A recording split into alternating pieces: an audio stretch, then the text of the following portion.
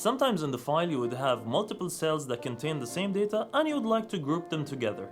So in this case we have the names and I would like to group all the cells that has the name Anas in it. I'll just highlight them, go up to data, and then all the way to the right there's something called outline, and then I'm gonna select group.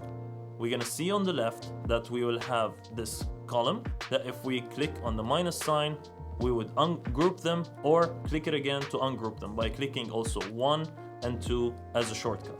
It might get tricky when I select the other name, in this case Yahya, and I go again outline group. You would notice that it combined them together, and this is something that we don't want to happen.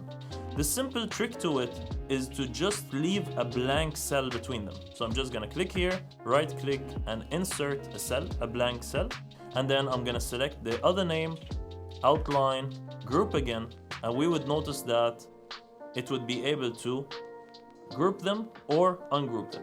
This would come in handy when you're looking at products, as an example for quarterly sales, half-year sales, when you want to show all the information together or you would like to break it down but you're still using the same table.